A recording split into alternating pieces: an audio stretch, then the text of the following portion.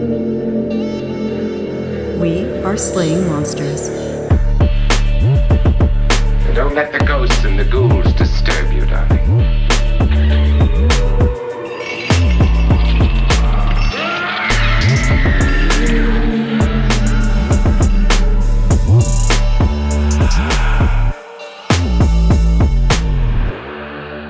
Katie, when was the last time that you were teleported into a Waffle House? Oh my God, yes. I sent this to y'all on Instagram, right? And you must have seen it other places too. Only after you sent it did I notice it. That's crazy. The last time I was teleported into a Waffle House, I believe I've only been to a Waffle House once in my life, which is a shame. That's on me. That's on you, Katie, for sure. It really is. I don't believe I was teleported there, so I think it's zero Do you times. remember? But do you remember how you got there? I don't. So, See? I think you were teleported. I believe it was in college, so I assume one of my friends drove me there. But Katie, you have the best coffee mug right now. oh yes, my Elizabeth Warren mug. Yeah. Oh my God. Katie's just sipping coffee from a mug that says "Billionaire Tears." Oh, I love it. It's from I love it. Elizabeth Warren's ill-fated run for president. And I purchased this mug because I was like, this is how I feel. So, billionaires, teleportation. Let's go. Yeah. Yes. Yeah. EJ, when were you last teleported to a Waffle House? Yeah. I mean, I don't think I really feel very left out because I was never teleported to a Waffle House. I was driven to a Waffle House on the way down to Florida.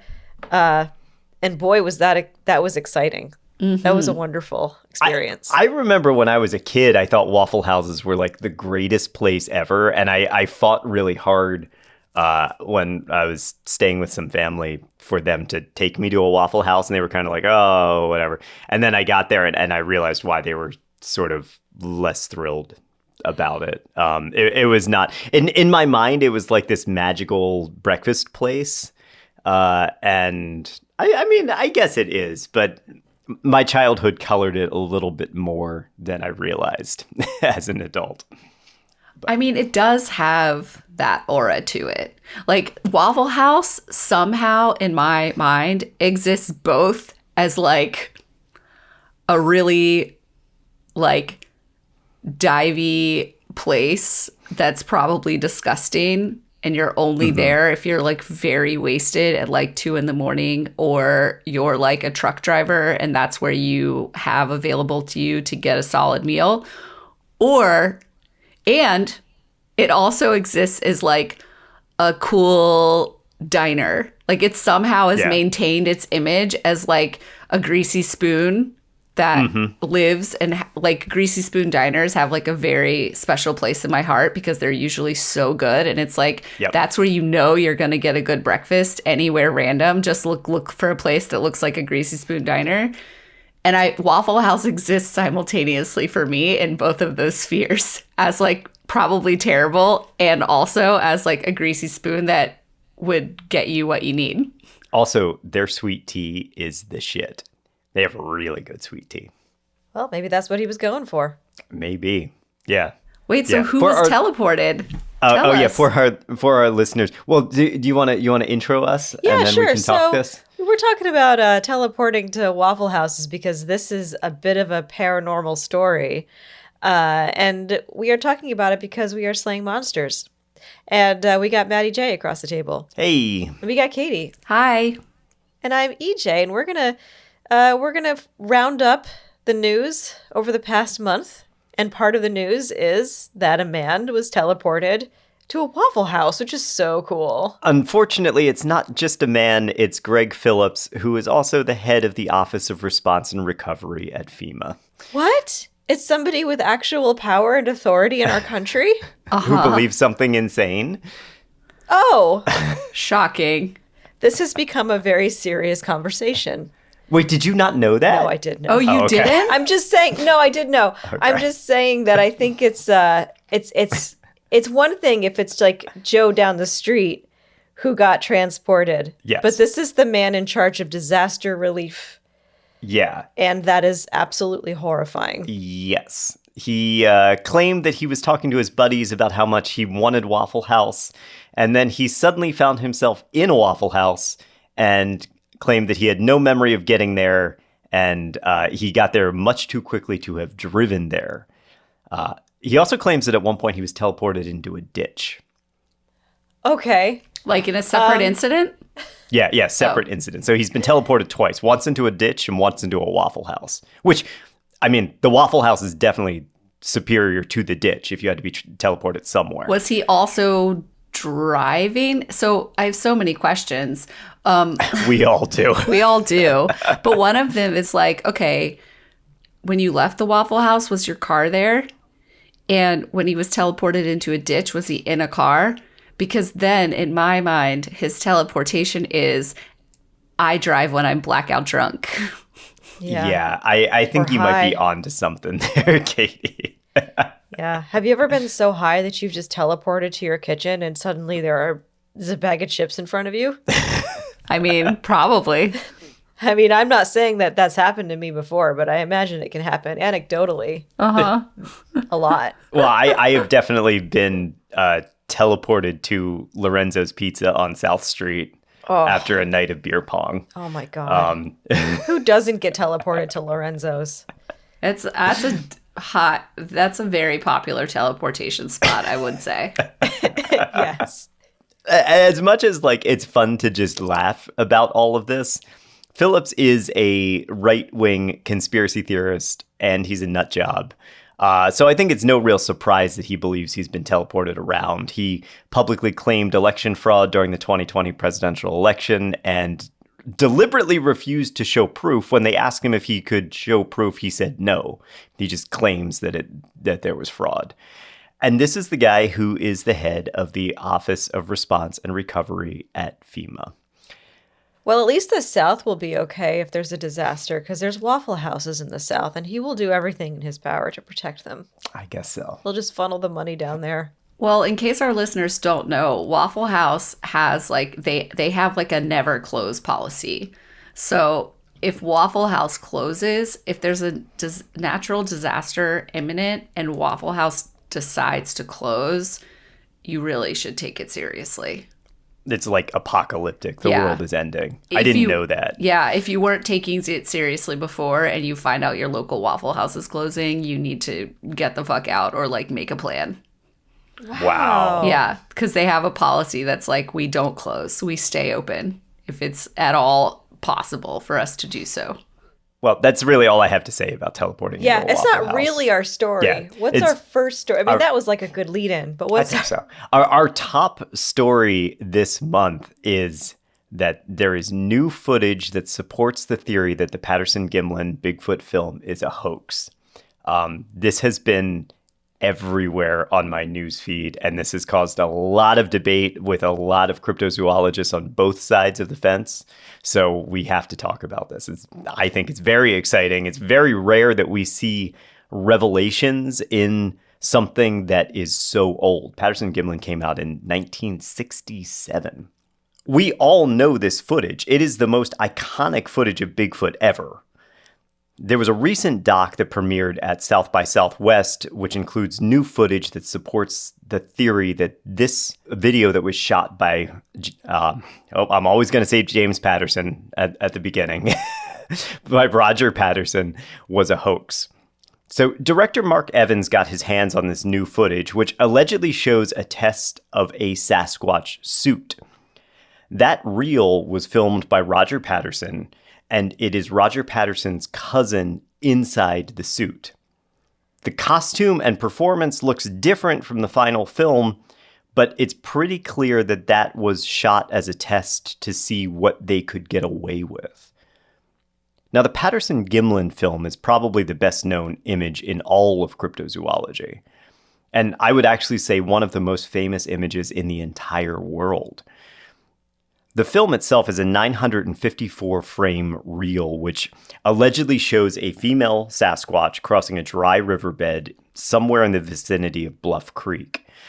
The Sasquatch moves briskly, swinging its arms, and takes one glance over its shoulder at the camera operator. And that one frame, that over-the-shoulder glance, is the most iconic image of Bigfoot ever produced, without question, bar none.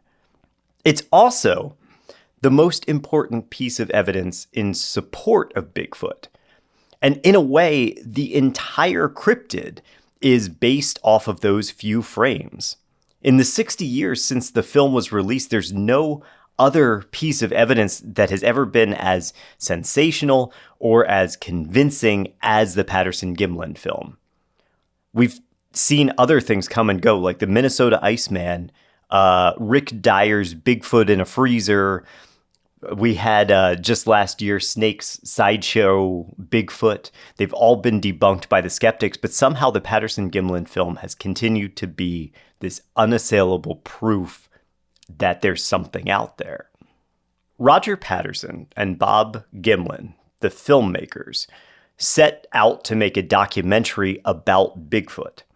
Or so they claim. This is all sort of up for debate. But in the pursuit, Patterson met with Ray Wallace in Washington.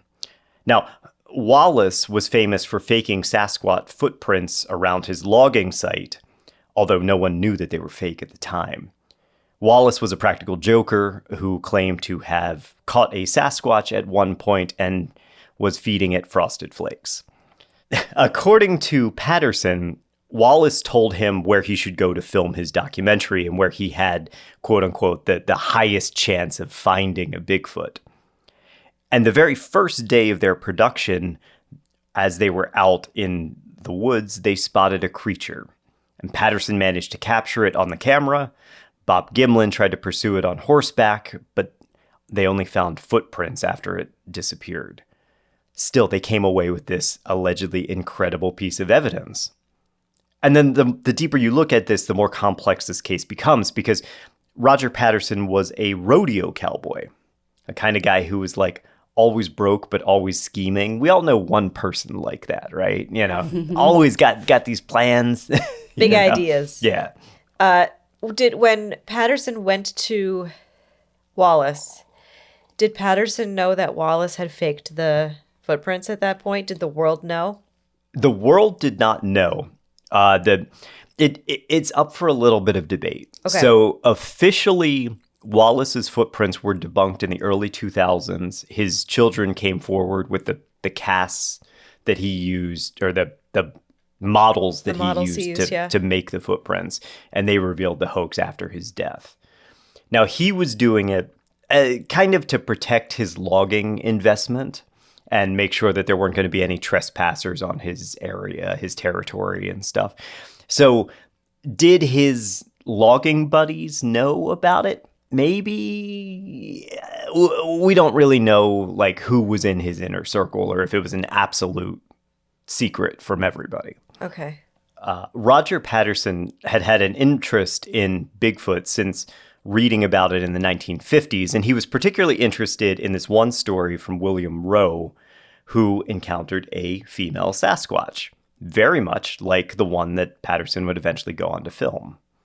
Patterson, he died in 1972, just a few years after the film was released. And so for decades, cryptozoologists and skeptics have reviewed this footage. They've analyzed it to excruciating detail, trying to figure out what is actually going on. And a lot of times in the process, finding things that supported their own beliefs. As more time went by, more details about it came out. Things like the timelines for the development didn't match up with Patterson and Gimlin's stories. There was Philip Morris, who ran a company called Morris Costumes, who claimed that he sold Patterson a gorilla costume in 1967, but he couldn't produce a receipt for it because it was all handwritten at the time. There was a man named Bob Hieronymus who actually claimed to have been in the suit for the film. and even reenacted the famous walk in the 90s for a Fox program called World's Greatest Hoaxes. But there were holes in Hieronymus's story too, and so people who believed in the film said that, oh, well, his stride doesn't match, some of the details he reported about the suit were incorrect. And then other people said, well, maybe Patterson modified the suit. And it's just been sort of a merry-go-round of skeptics and believers trying to convince each other. Due to all of these errors, though, Bigfoot believers continue to hold that the Patterson Gimlin footage is genuine. And cryptozoologists claim that they see all kinds of things. That they'll see like the hands flexing in the video, or people say they can see muscles rippling, or the dermal ridges on the feet, the bottoms of the feet, and stuff like that. We know the human eye likes to complete images. Yeah. I mean, also that seems just off the top, like, frankly impossible. You're on this like old camera that's not high res, so even if you zoom in to get close enough to be able to see those kinds of details, they're not going to be clear. Like, you could be seeing, I don't know, like just video artifacts, like the film glitching out because you've zoomed in so much. I mean, yeah. No, absolutely. And then on top of all of that, too, like the original film is lost and quite possibly might have been destroyed. It's been gone since the 80s. The last person who owned it was Bigfoot researcher Rene Dahinden, and he died in 2001. So nobody really knows where the original footage is. So all the best that we have are copies. And some of them are even copies of copies or copies of copies of copies, and who knows how much upscaling, downscaling, resolution changes they might have gone through during that process. Well, and then so the problem that you run into when you talk to the believers at this point is that if they were planning on doing a documentary, and in the documentary there were going to be Sasquatch recreations, like recreations of famous stories, and we know that Patterson was interested in this William Rose story about the encounter with a female Sasquatch. The believers, the cryptozoology believers, will say, well, maybe that reel from 66, the new one that came out, was them making something for the documentary, like making a recreation for the documentary that they were making anyway. Patterson really, he padded himself very nicely by saying that he was going out to shoot a documentary and accidentally filmed a real Bigfoot. Because now any evidence that you have that he was making a hoax, he can just explain away, or his supporters can explain away as like, well, that was for the documentary, And his partner, Bob Gimlin, has always claimed that the footage is authentic from the very beginning. But apparently Bob Gimlin is also in this I don't know if we call it recreation or whatever, but in this test footage, Bob Gimlin is present and knows what's going on, which would invalidate his claim as well. Mm-hmm. The director of this new documentary, Mark Evans, got his hands on this new reel of film filmed by Patterson, depicting his cousin in a Bigfoot costume striding around. In terms of smoking guns, this is, I think, about as close as we're ever going to get. Mark Evans also interviewed Roger Patterson's son, Clint, who claimed that he knew about the whole thing, that it was always a hoax, and that it was always about the money. He wanted to tell the truth about the film a decade ago, and his mother actually disowned him to keep him quiet about it. See, I feel like that's proof that this shit isn't real. Mm-hmm. Yeah. I mean, totally is. And I mean, also when, again, correct me if I'm wrong, Matt, but in the article it said that they were getting like $30,000 a pop for licensing the film. Like, that's a lot of money. And I'm sure it wasn't always $30,000. Like, sure. It's now, now that it's the most famous, obviously it's more, but that's a lot. Like, $30,000 is not a lot of money for a whole year's worth of salary, but $30,000 is what some people make in a year as a salary. Like, that's poverty level salaries. But I'm just saying, you know, you get 2 people licensing your film a year, and like, that's like an okay amount of money. There's a lot of incentive there. And also, you know, I didn't realize that he went around the country, like, showing this film, giving these lectures. I'm sure people were paying him for those, even if not a lot, they were paying him. I mean, it's a whole thing. Yeah. It's interesting you say that, because you're the one that was telling me that, wasn't it Matt Moneymaker, who was Bigfoot researcher, Matt Moneymaker, who was going after, is it Mark Evans? Yeah, the director. Going after the director of this documentary, saying, don't trust anybody who's looking to make money off of something like this. Says Matt Moneymaker, who has a show called Finding Bigfoot. That ran for like 9 seasons. Oh, he made that show? That's just so bad. Yes, and going off what Katie just said about all the money that Patterson Gimlin made off of this thing. Like, buddy, come on. Yeah. It's the most ironic statement I've ever heard Matt Moneymaker make. Extremely ironic. Yeah. It's great. Because hypocritical. And also, I'm sorry, like, I work in the film industry. The worst way to try to make money in the film industry is to make a documentary about a super obscure subject and try to get it sold.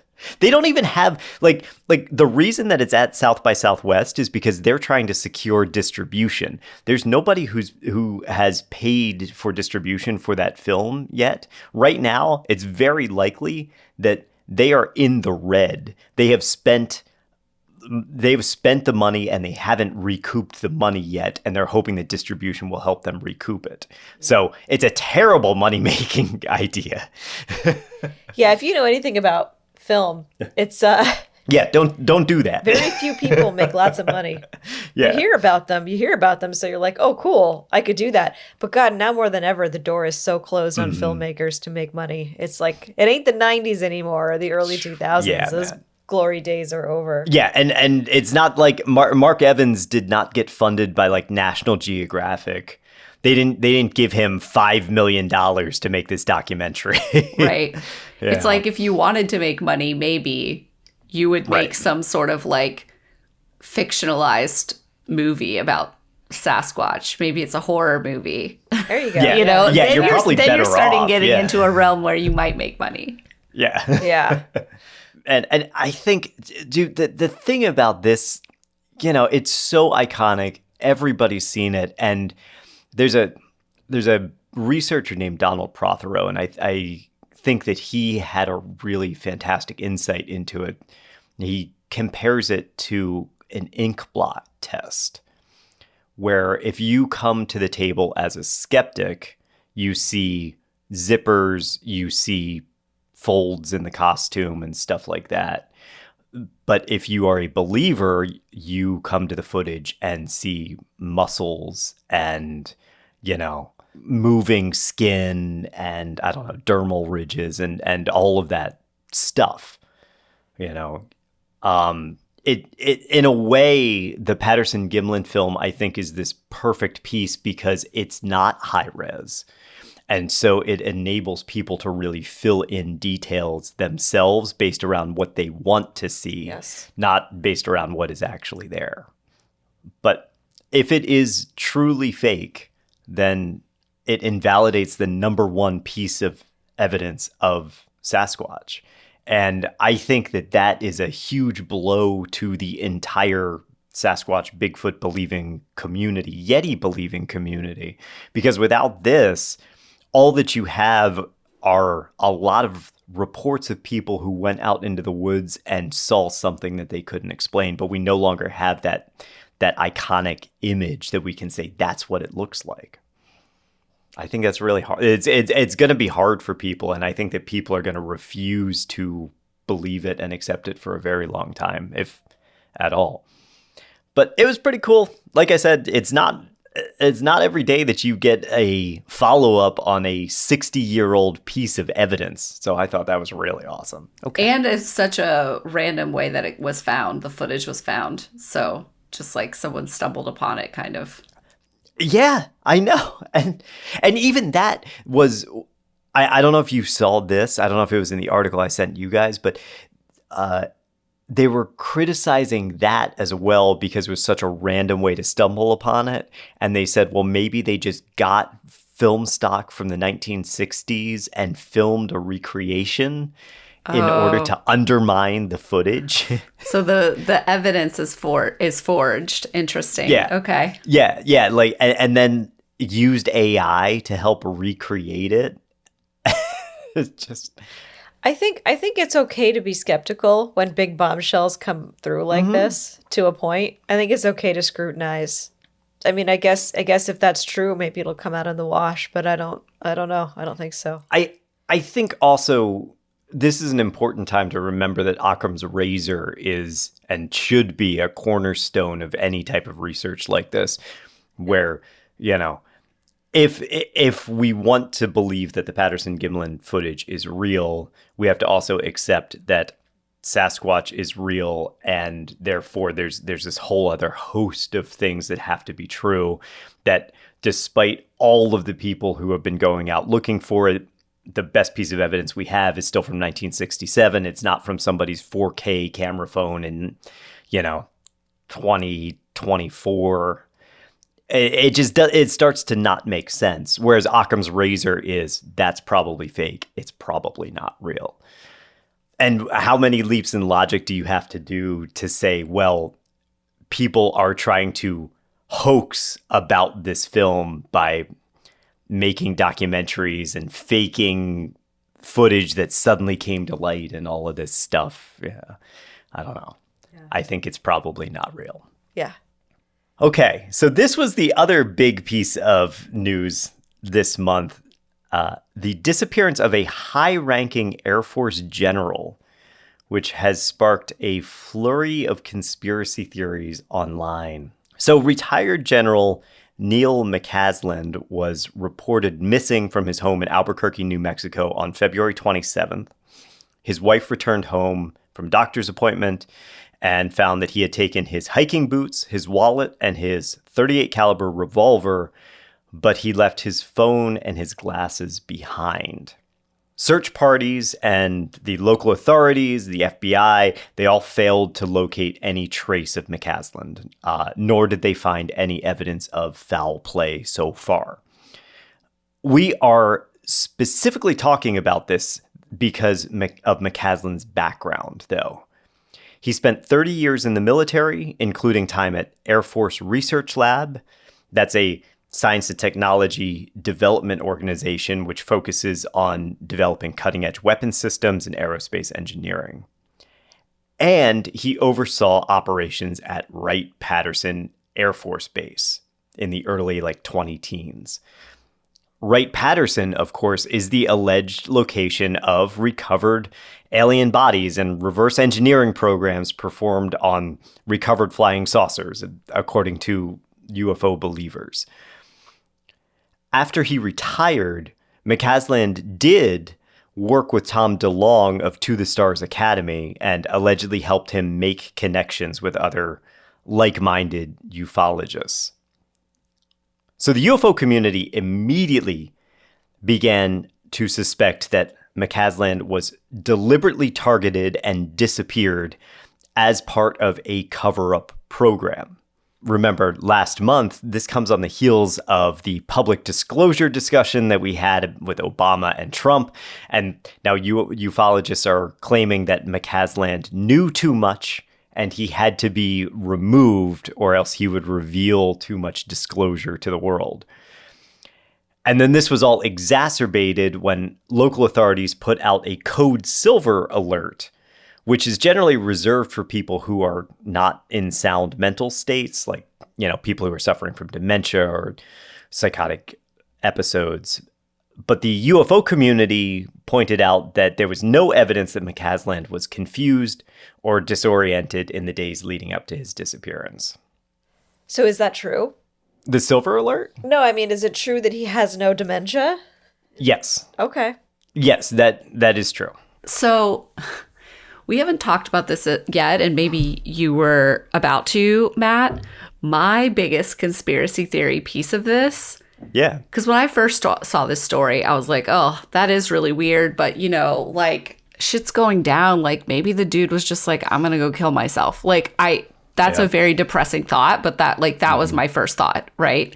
I don't know why you would take your wallet for that. Maybe so that they could identify whatever. But I was just like, that was my first thought. To me, the weirdest fucking thing.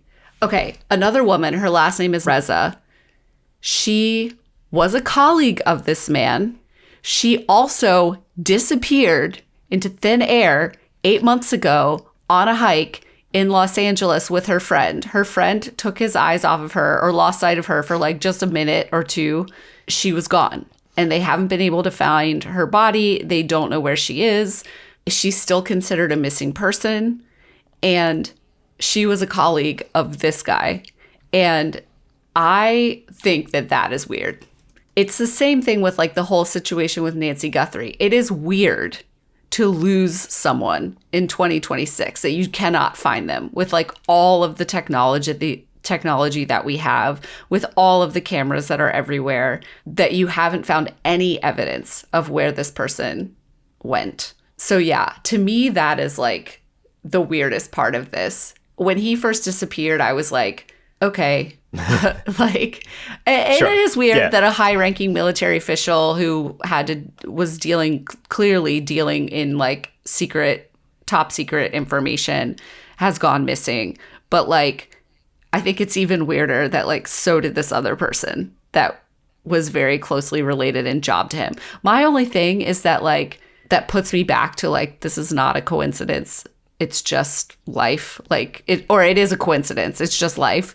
Is that he's been retired for 10 years. And sure, he's still like obliquely involved as an advisor or whatever in certain things. But like so much has happened also in the last like 10 to 15 years in terms of technology, like leaps and bounds, like AI and all of that. Mm-hmm. Like I'm sure they had beginner AI back in 2013 in the military for sure. But like how useful is he anymore? You know? It's sort of interesting. I feel like that is one of those after the fact connections, though. You know, people do go missing I wouldn't say frequently. Like, it's not like people disappear all the time in America, but people do go missing. If you're going to go missing mysteriously, you're probably going to go missing on a hike. You're not going to go missing on your walk down the street to get a cup of coffee, you know? So it's not insanely wild to me that those two things happened. It seems more like after the fact, we are looking for other high-ranking military officials who have gone missing recently, and there's probably going to be someone or something somewhere. But yes, it's absolutely weird. I suppose it's possible that maybe they were not being folded back in or something like that, but with what's going on, it was necessary to move people to a safer location clandestinely. But that's getting into a lot of conspiracy theory thinking.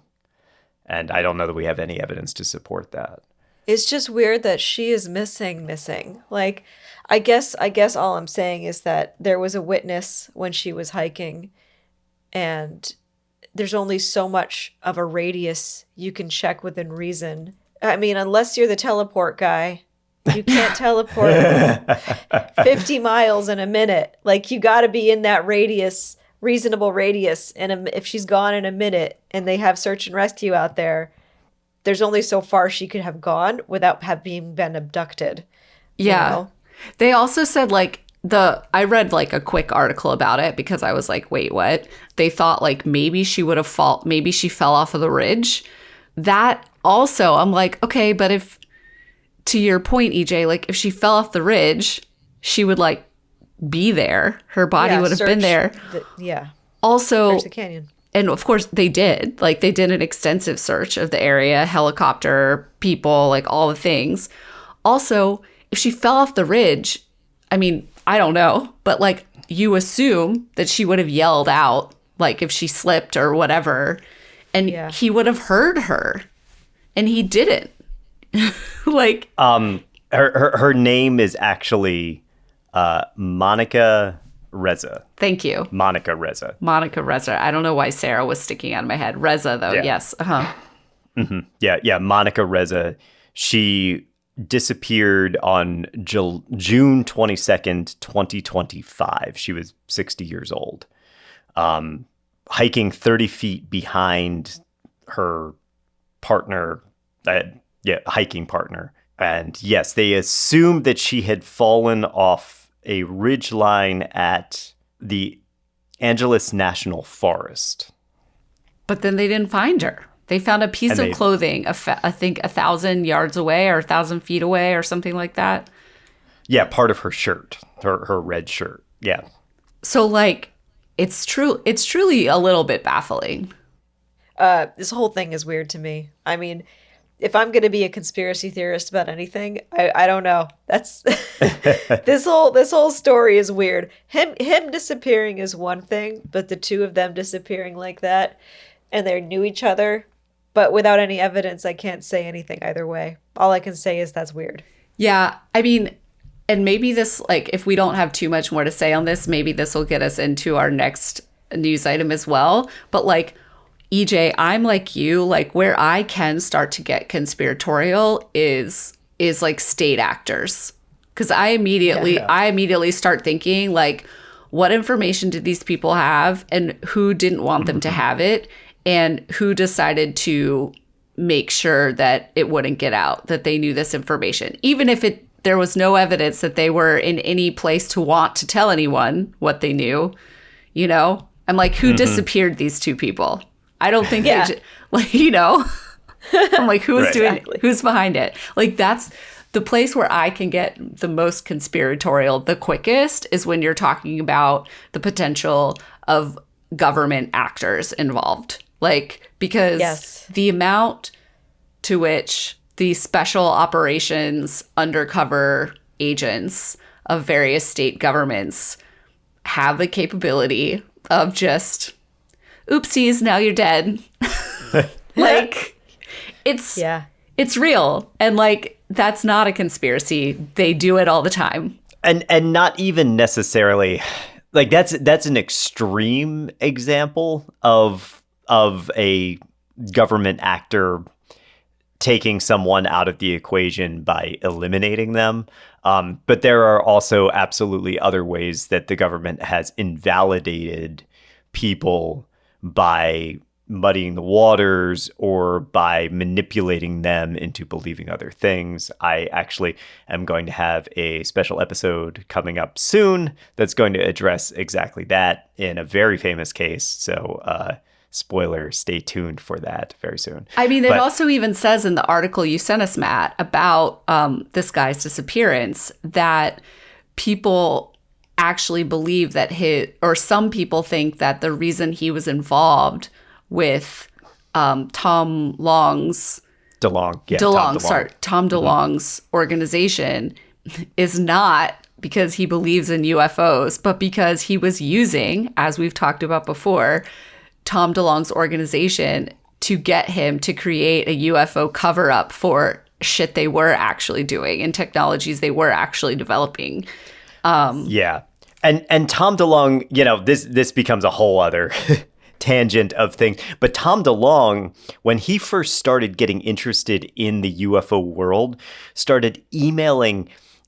He would just go on government websites and find people's emails and email them. So he emailed John Podesta about this shit, and Podesta wrote him back and was like, hey, I understand your concern. Why don't you come meet with us? And then at that point, Tom DeLonge was handed off to some other people who included Lou Elizondo and Hal Puthoff and some of the names that we've talked about before when it comes to a lot of the disinformation that surrounds UFO research. And then all of a sudden, Tom DeLonge had this whole To the Stars Academy, and he had funding, and he was giving like TED Talk-ish panels and that kind of shit. Interesting. And it would not be out of the question for me, knowing that General McCasland was working with Tom DeLonge, to believe that General McCasland was specifically guiding Tom DeLonge away from, I don't know, autonomously controlled drones and into a world that was more UFO alien conspiracy theory based, because he could be kept safe there and away from what was actually going on. So I feel like that is actually a great way for us to segue into our next news item. Something that we've been following for a little bit here. This is a follow-up on Havana Syndrome, and kind of a wild, mind-blowy follow-up, actually. We have a 60 Minutes report that sheds some new light on classified weapons in the U.S. military. So the latest here comes from reports that U.S. agents may have obtained a microwave weapon from an underground Russian arms deal. And allegedly, the Department of Homeland Security managed to purchase the weapon for $15 million in what I can only imagine was a very James Bond style, high profile auction with a bunch of people in like tuxedos and the top of like a Parisian building somewhere.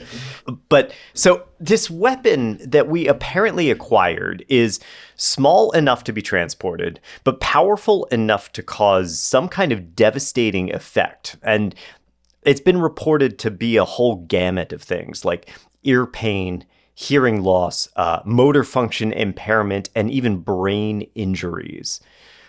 The beam that the weapon fires, because it's a microwave weapon, is apparently silent, but powerful enough to penetrate walls. And this is very, very similar to the effects that were first reported in 2016 at the U.S. Embassy in Havana, which, of course, led to the term Havana Syndrome. As we discussed before, there was a very extensive review of the victim's conditions by government and independent researchers that led to the belief that all of these reported symptoms were psychosomatic and a mass delusion.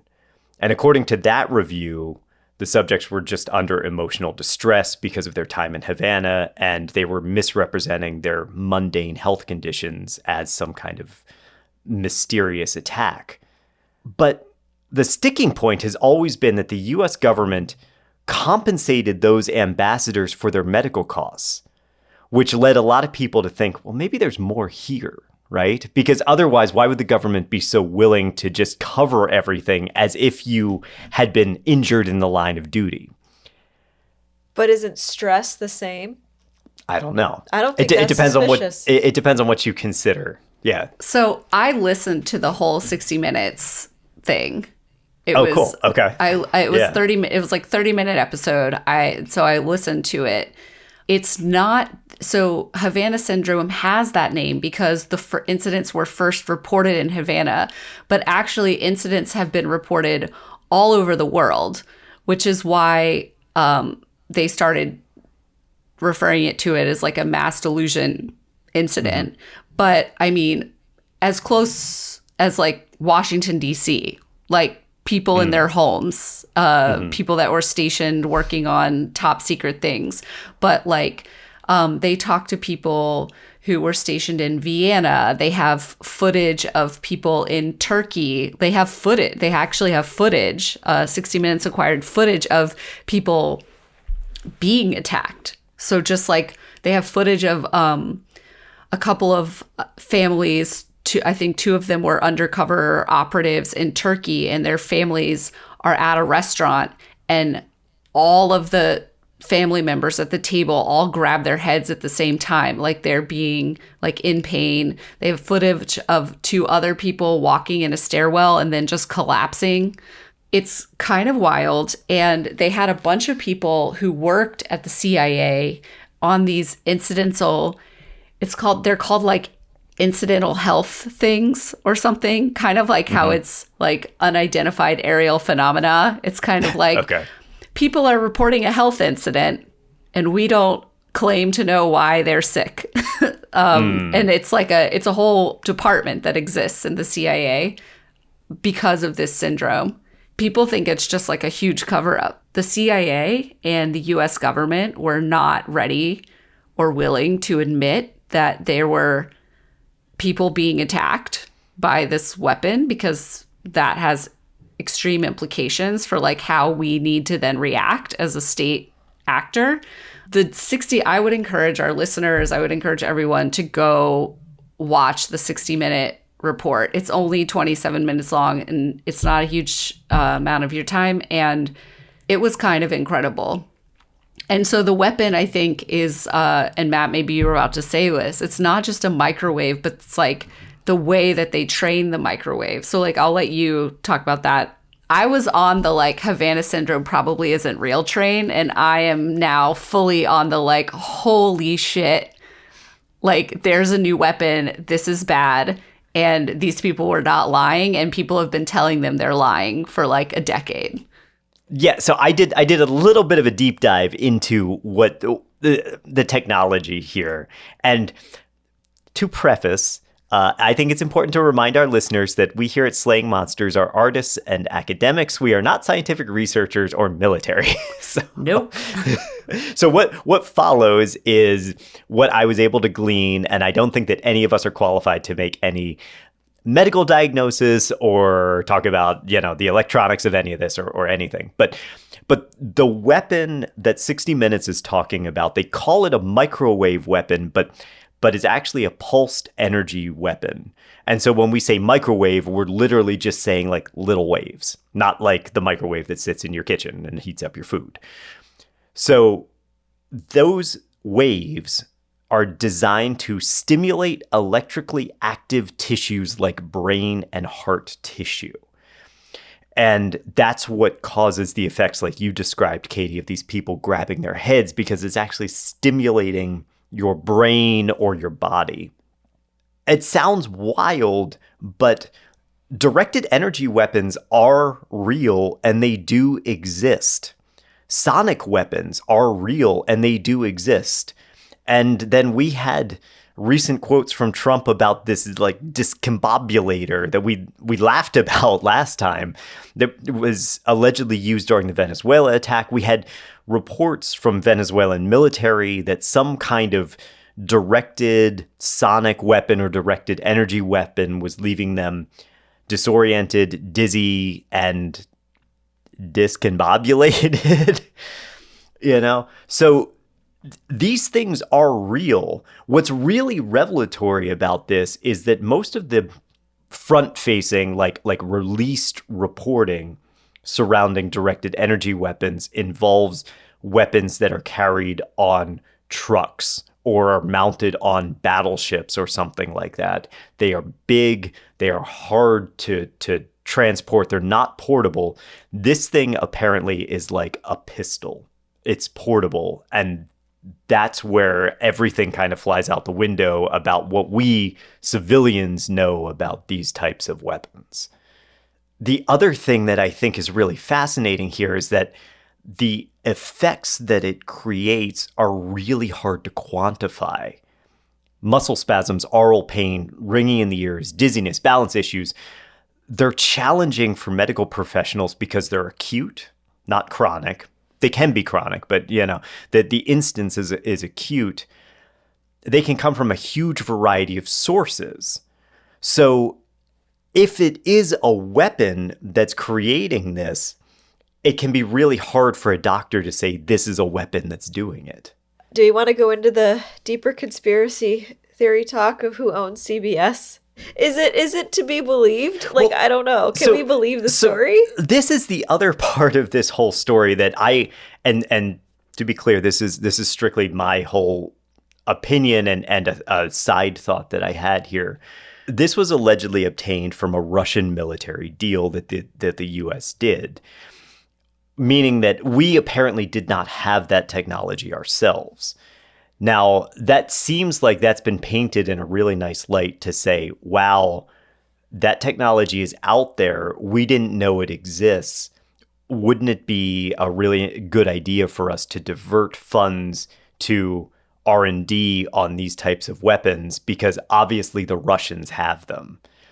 And so that's my little conspiracy theory, is that this has all come to light because we wanted to divert more money into weapons yeah, but like, R&D. Here's why that, like, I hear you, Matt, for sure. But like in the 60 Minutes thing, apparently we have known that the Russians have been trying to develop microwave style weapons for a long time. It's not like, oh my God, we had no idea they were working on this. Like, we did know. We just thought that it was big, like in a truck, so we would know about it. We didn't realize that they had gotten, or supposedly from the 60 Minutes, we didn't realize that they had gotten it down to like a portable thing where they could take it, someone could take it with them and have it be easily concealable. My thing is like, they don't need to make a fucking story up to divert money. Like, the military has so much money. The military budget is like trillions of dollars. I find it hard to believe that it's perhaps like they're trying to build up some public campaign because there's been pushback internally inside the military or something like that. So like, it's like we're hearing about it because there's some kind of war, secret war going on politically that like we don't know about. But like, they have so much money. Like, I don't see why.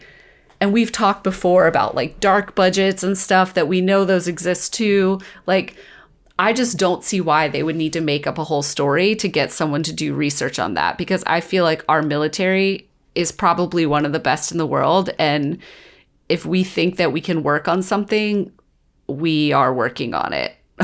Like, you know, like if there's one thing this country spends money on, it's fucking making weapons. No holds barred, you know?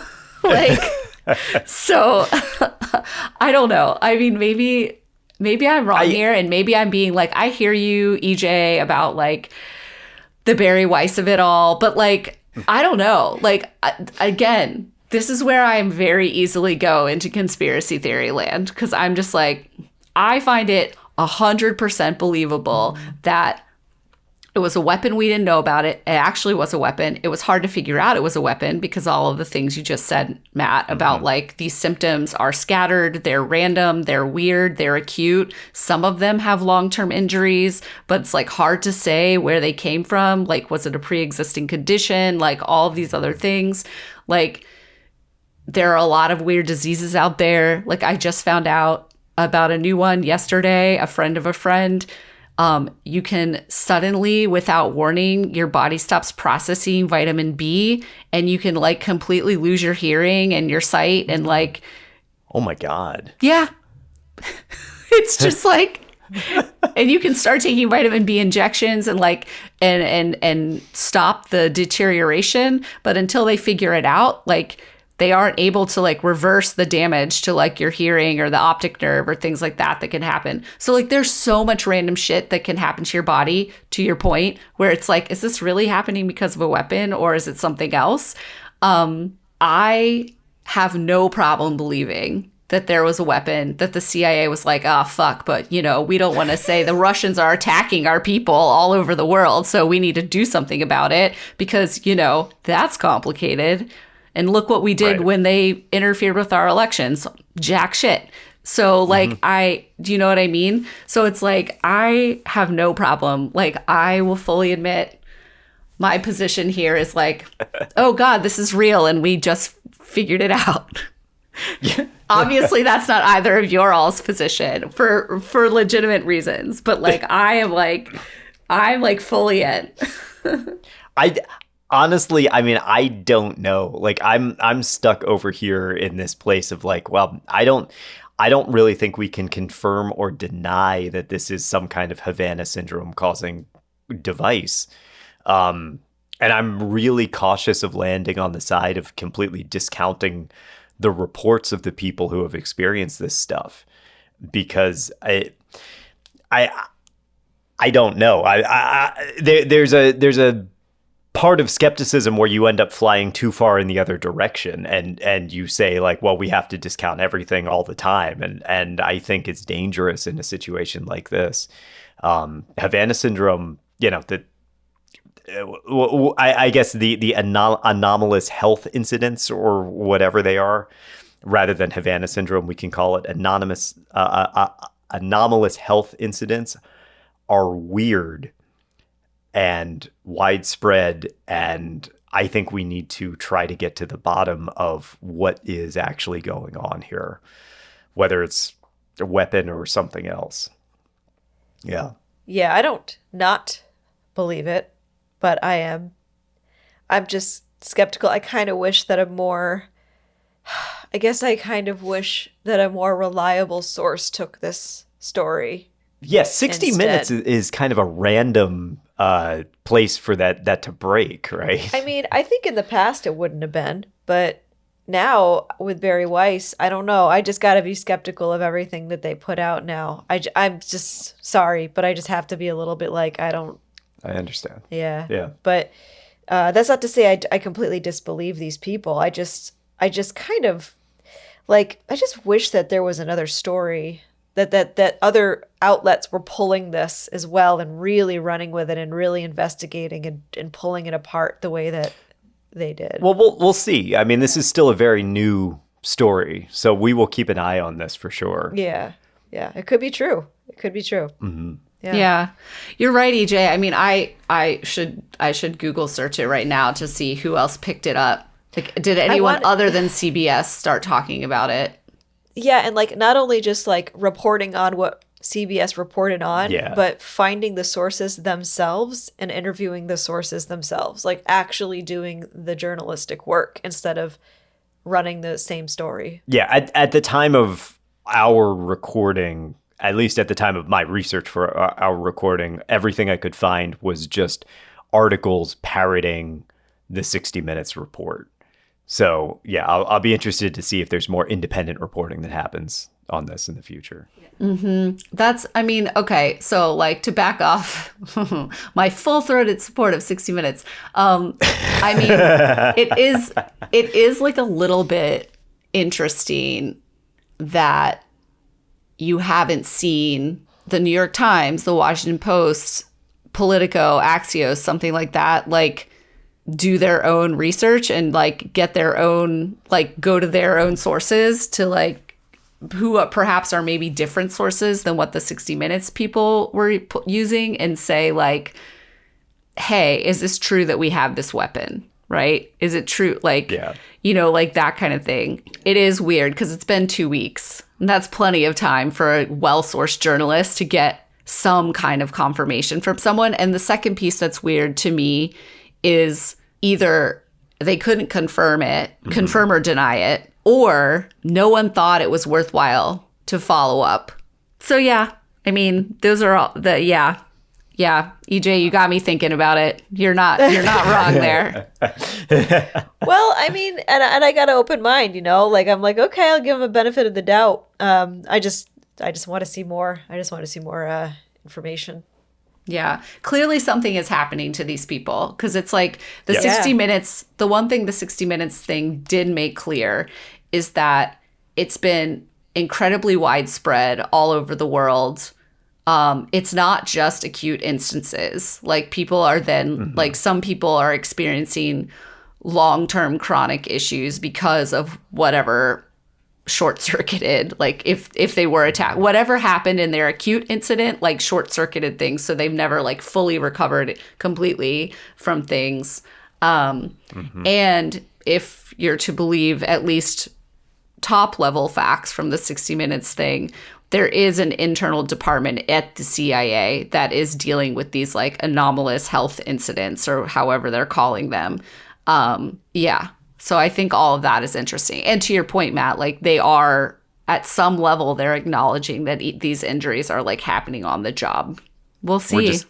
We'll just keep following it. Keep an open mind. Okay. Let's talk about something that has a conclusion. Let's talk about ghost elephants. Because I love when cryptozoology proves that it can be a legitimate science. And there's another new documentary, this one directed by Werner Herzog, legendary director, about a cryptid, the ghost elephant of Angola. So for decades, there have been rumors of a species of elephant that lives in Angola, West Africa. And reports claim that these elephants were huge, even larger than the known African elephants found in like Zimbabwe, Botswana, Kenya, all that. According to local lore, these elephants move at night like ghosts. And the whole thing started sort of in the 1950s when a big game hunter killed a giant elephant in Angola. Now that elephant they dubbed Henry, and that's the elephant that was eventually mounted at the Smithsonian, and you can go and see it. It's in the museum's rotunda there. But despite that incident, no one really believed that elephants lived in that region.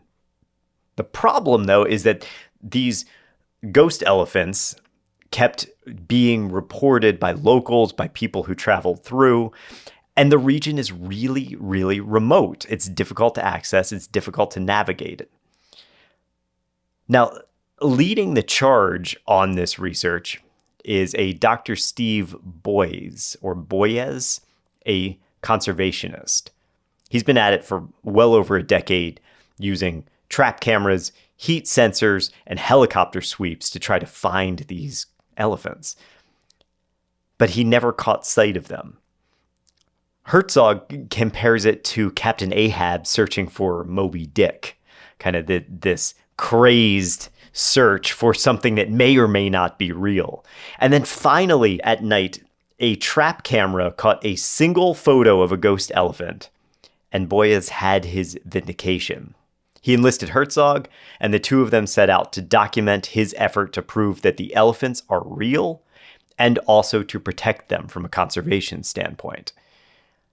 They were successful. They caught a short video on a cell phone before the elephant ran off. Boyes described it as being 12 foot tall with short tusks and long legs, and said it was probably 2 feet taller than any other elephant I've seen and 3 tons heavier. His team tagged it with a dart that they used to collect genetic material, but the elephant, like I said, ran off. They pursued it for 5 hours until they ran out of water, and they couldn't find it. They lost it in the bush. How do you lose such a giant thing like that? I know. These things are huge. It goes to show how hard it is to track stuff there, though. That's crazy. Yeah, they said that region is, I guess it's really heavily, like, densely forested. I was going to ask about that, yeah. Okay. And they believe that the herd is about 30 animals, and the region is the size of England. Oh. Well, that's so why it's one herd, huh? Yeah. Yeah. Okay. Yeah, one herd of these elephants. I mean, it was really cool, though, that they did more than just see the elephants. Like, they collected dung, and they have DNA proof now that these elephants are not other elephants. Yeah, it is a distinct species of elephant. Man, their culture must be so cool. Their little elephant culture. Their little elephant culture. I know. Yeah, it's just one herd. I love this story so much, not only because I just love elephants and I am excited to find out that there are other elephants out there in any capacity. Like, they just make our world a better place. Also, huge elephants. A huge elephant. But also, I think that, like, we talk a lot about how, you know, the Yeti, the Sasquatch, like, I think I'm safe in saying no one on this call thinks that those animals exist or that those cryptids exist. But I think that it's important to have wonder about the world and realize that even in our sophisticated day and age, there are animals out there that no one's ever seen. There are probably still new species that we don't know about that don't, and like even something as enormous as an elephant. Like, we just figured it out. Like, it was rumored, right? It wasn't that, like, nobody knew. People knew, but we didn't have, like, definitive proof that they existed and that they were different from other elephants. And, like, yeah, I like it because of that too. It just reminds you, like, there are still a lot of things we don't know about our own Earth and even like the living creatures on it. So Yeah, that's why I like it too. It's cryptozoology at work. You know, you hear these rumors about this thing, you investigate the thing, even though we're not entirely sure that it's there, but we think so, you know, and then you're able to conclusively prove it. And that's really cool. And you're right. I mean, it's one thing to find a new species of butterfly or like tree frog or something like that in the middle of the Amazon. You're like, well, the Amazon's huge, the frog's tiny. Elephants are gigantic. I know, how did we miss this? Yeah. not only elephants are gigantic, but these elephants are even more gigantic. Yeah. Like, yeah, it proves that cryptozoology works. And it's also fascinating because, you know, in Africa, there's all this talk of neo-dinosaurs in Africa, that there's like a sauropod that lives there, that is in the jungles. And we hear all the rumors. There's been a whole bunch of expeditions to go and find it. We haven't been successful. We were able to find these elephants. I think that says something. You know, I think that says when you send the expedition, you find the elephant, that proves that the elephant is real. When you've spent 30 years sending expeditions looking for a neo-dinosaur in the jungle and you can't find it, that probably tells you something too, right? Yeah. or not even any proof of it, right? Because not even any proof. Right. Before they saw the elephant, they did manage to find things like dung and potential tracks and things like that. So it's like, yeah, there's proof that there's something there. You're not exactly sure what it is yet, but yeah, they haven't even found that, according to, it sounds like, from what you're saying, for this, like, they found one track of a Mokele Mbembe in Africa in 30 years. They found one track, which is always a little suspect. You know, I understand that sometimes you only find one track, but like most of the time things need to move from place to place. Yeah, you're going to find more than one somewhere. Unless you're the FEMA director. Oh yeah, do you think that the Callback. Mokele Mbembe has just been teleporting? That's what it is. So. That's what it is. We've always been looking at Africa. We've been looking in the swamps and lakes of Africa. We've never been looking at the Waffle Houses. Mm-hmm. Maybe we should have been. Maybe we should have been. All right. Ohio Fireball, real quick. Okay, yeah. You want to sure. just touch on this before we end? Yeah. Yeah, because this was pretty cool too. A bunch of people saw a fireball in the sky over Ohio and western Pennsylvania on March 17th. It was an asteroid streaked across the sky and exploded with a loud boom. I don't know if you guys saw the video of this. This thing was wild. They estimated that the asteroid was 6 feet wide. They compared it to a refrigerator, which I thought was funny. It weighed 7 tons and detonated with a force equal to 250 tons of TNT. It was traveling at 40,000 miles per hour. Oh my God. Why did it detonate? What caused it to break apart and boom like that? Hitting the atmosphere. It hit. Yeah. Okay. I thought so. Okay. Yeah. Okay. Gotcha. Yeah, because when you travel through space, there's no friction. But then when you travel into the Earth's atmosphere, there's friction, and there's more and more friction the closer you get to the surface of the Earth. And so it's almost like traveling through deeper and deeper layers of blankets or something like that. There's more and more friction on you. And so, yeah, it exploded. Cool. Mm-hmm. I mean, that was cool. I should look up more video. I didn't see... the first video I saw was a guy got it on his car dash cam, and he was just like, his reaction was so funny. He was like, "What the fuck was that?" Like, he was like, "Did I get that on my dash cam?" I love it. My favorite video, I don't know if you saw this, was a guy who caught it, and he was outside with his dogs. And you see his dogs react to the boom and they freak out. They're panicking. I'm like, oh, poor dogs. But yeah. See, this is the other thing about you, to bring it back to the paranormal. Like, this is the other thing about UFO sightings. When people are like, I saw a UFO, but only 3 people saw it. It's like, no, man. When shit like this happens, like, everybody sees it, you know? I mean, I know the whole thing with UFOs is that they're silent, and like part of this too is that like it exploded. So, you know, even if you didn't see it with your eyes, you like heard it you felt it. Yeah. But yeah, I just think that it's back to the whole thing of like the 30 years in Africa and you don't find anything. It's like there's a lot of people and now a lot of video cameras that people have just like right there at hand. So when people say something happens and then you don't have a lot of evidence for it, it's like it's something to be suspicious of. What I thought was interesting is that when I was reading about these types of asteroids, it's kind of unusual to see one during the day. You mostly see them at night, and a lot of times they are too small to be noticed. So this one was particularly large because it was, about 6 feet, refrigerator size, right? But if you have one that's like the size of, I don't know, a basketball, it might not be visible, or it might only be visible to a few people that are directly beneath it. So I can see how a smaller version of this that maybe didn't have such a dramatic boom could get mistaken for an alien craft at some point. Especially because if you watch the video, it's there, it streaks across the sky and then disappears, which is something that people talk about with UFOs all the time. And they think that's like instantaneous acceleration or some type of matter transfer or something like that. But yeah, maybe it's just an asteroid burning up. Yeah.